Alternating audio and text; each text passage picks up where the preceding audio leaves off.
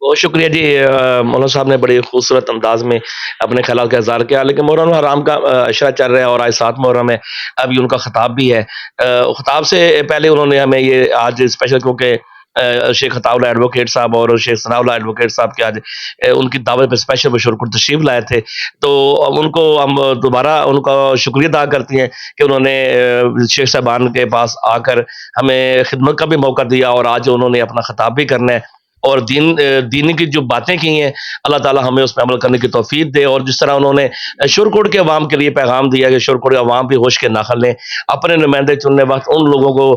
آپ چنیں جو آپ کے بچوں کے لیے، آپ کے لیے کچھ وسائل لے کے آئیں۔ اور انہوں نے مریم نواز صاحبہ کو بھی پیغام دیا ہے اسپیشلی طور پر کہ آپ ضلع جہانگ آئیں، اس کے روڈ دیکھیں، ان کے بیڈز دیکھیں، صحت کے حالات دیکھیں، ایجوکیشن کے حالات دیکھیں، یہاں پہ جو مسائل ہیں ان کے حل کریں، تاکہ آپ وقت